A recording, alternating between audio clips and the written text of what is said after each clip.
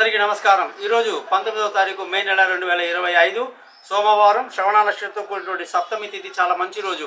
మేషరాశి వాళ్ళకి పట్టిందల బంగారం, అదృష్టం బాగా కలిసి వస్తుంది. విలువైన వస్తువులు కొనడానికి బాగుంది.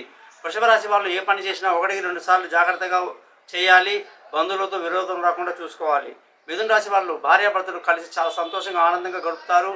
ధన ఆదాయం బాగుంది.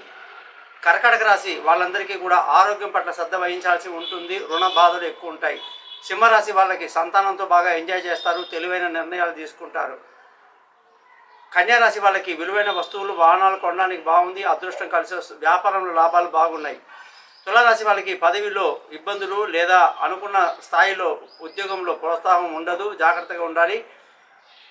వృశ్చిక రాశి వాళ్ళందరికీ ధన ఆదాయం బాగుంటుంది. అదృష్టం బాగా కలిసి వస్తుంది. ధనుసు రాశి వాళ్ళందరికీ స్థానచలనము, ప్రయాణాలు, సుఖవంతమైన జీవితం బాగుంది.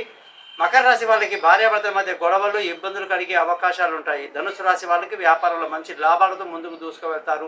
మీనరాశి వాళ్ళకి పదవిలో ఉన్నత పదవి, అలాగే తెలివైన నిర్ణయాలు తీసుకుంటారు. పిల్లలతో బాగా ఎంజాయ్ చేస్తారు. జ్యోతిషం కొరకు నన్ను కాంటాక్ట్ చేయండి. మీ గోపాలయ్య గారు. నమస్కారం.